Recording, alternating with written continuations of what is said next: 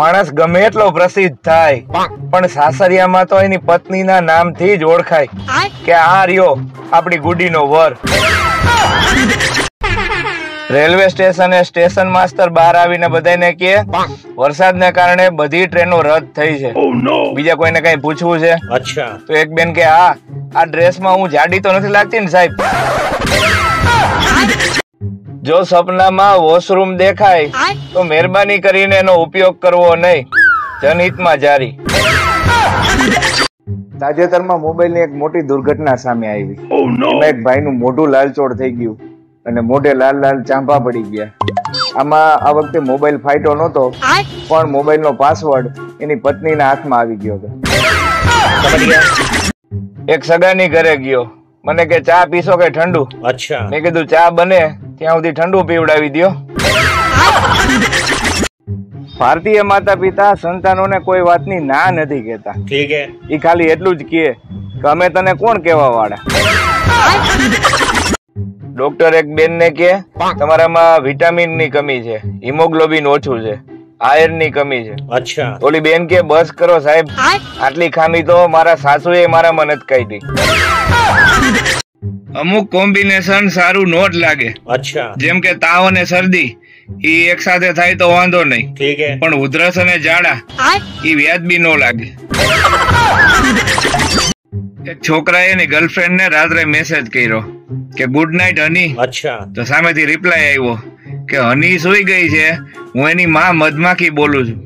પછી ઓલાને આખી રાત નીંદર નો આવી. મમ્મી જેટલું એક્ટિવ કોઈ નો હોય સાહેબ.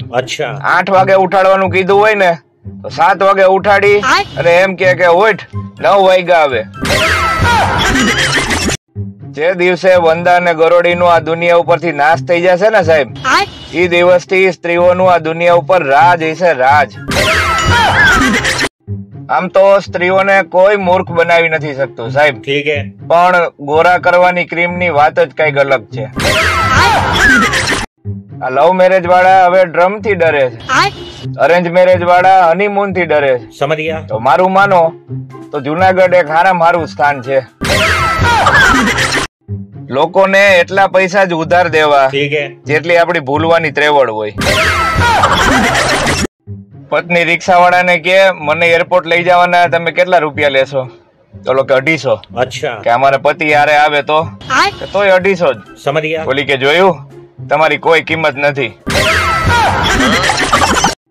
આમ જો તમને, હા તમને જ કઉ છું, આખી રાત તડકામાં બેહીને તમને યાદ કરું છું. પતિ બનીને એટલું હરક પદોડું ન થાવું કે તમે પતિ ઓછા અને પટાવાળા વધુ લાગો. એક ભાઈ ડોક્ટર ને કે સાહેબ હું ચશ્મા પહેરીને વાંચી તો હકીશ ને? ડોક્ટર કે હા, એમાં કઈ શંકાને સ્થાન નથી. બોલો કે તો બરોબર, બાકી તો અભણ માણસોની જિંદગી કઈ જિંદગી કહેવાય?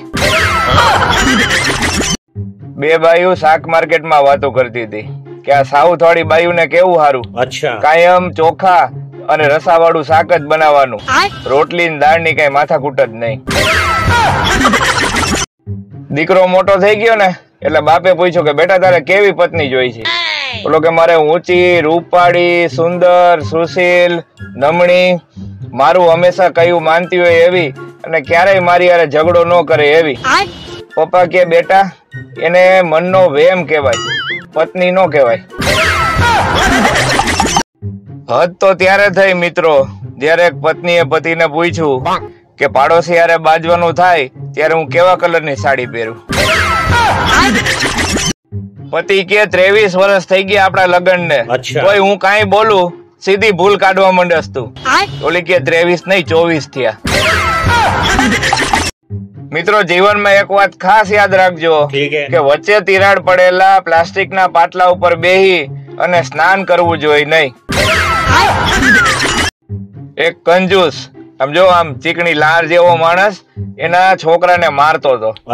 કોકે પૂછ્યું કે કામ મારો છો એને? ઈ કે મેં એમ કીધું તું કે એક પગથિયું મૂકીને એક પગથિયું ચડવાનું એટલે ચંપલ ઓછા કહાય. તું એકારે 2 પગથિયા ચડી ગયો, એમાંની ચડી ફાટી ગઈ, તો અમારે એ લઈ દેવી જોઈએ.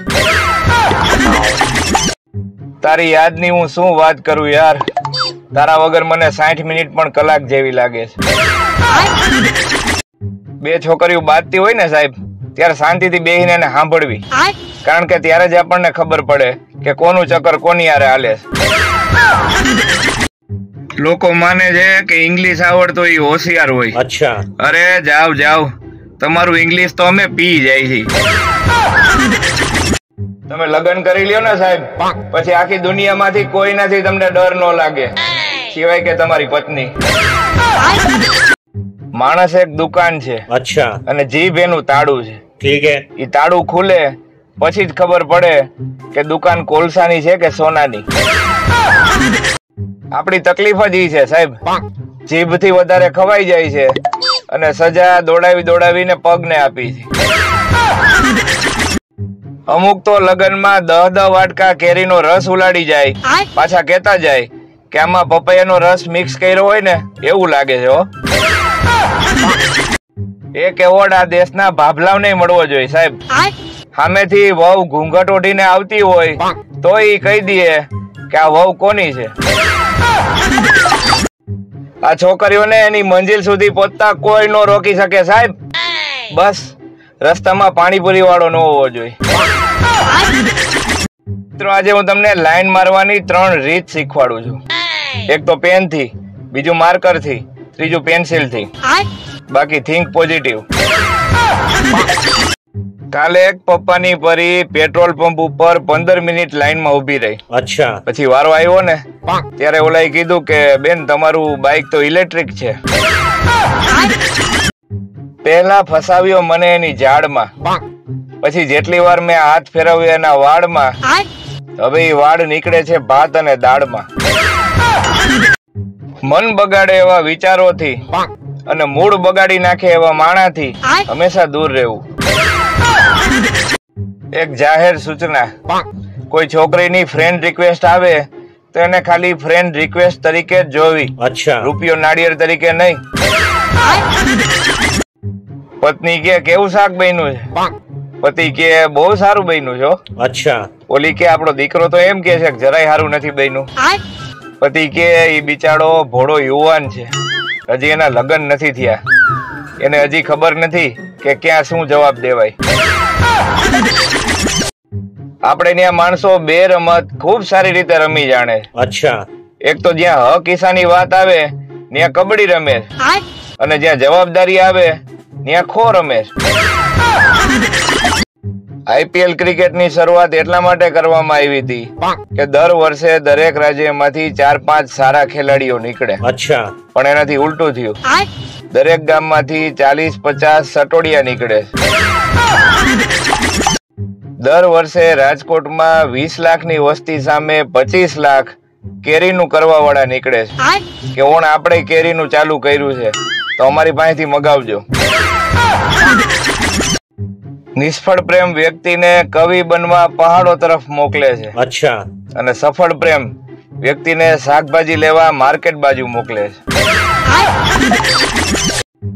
સવારમાં 2 કલાકથી ગાડાગાડી કરતા બે બહેનોને મહા મહેનતે સમજાવ્યા કે ભાઈ શબ્દોના ઘા છે ને ઈ નથી રૂજાતા, શરીરના ઘા રૂજાઈ જાય. અચ્છા.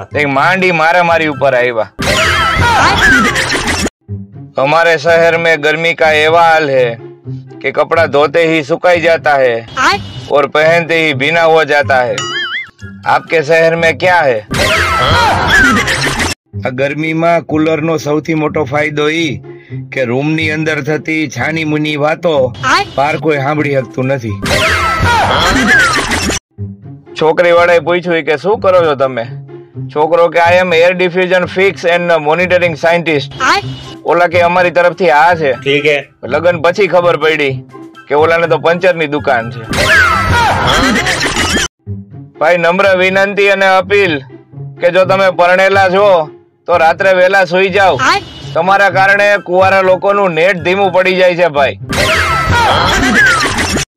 આ હોટલ અને રેસ્ટોરન્ટ વાળા એના સાઇન બોર્ડ ઉપર લખે કે ઘર જેવો જ સ્વાદ અહીંયા મળશે, પણ આપણા ઘરની આદર્શ ગૃહિણીઓ પાછી YouTube ઉપર સર્ચ કરે કે હોટલ જેવી રસોઈ કેવી રીતે બનાવી. બોલો, આજે વિશ્વની શક્તિશાળી મહિલાઓની યાદી જોઈ, પણ એ યાદી અધૂરી છે, કારણ કે મારી પત્નીનું નામ એમાં છે જ નહીં.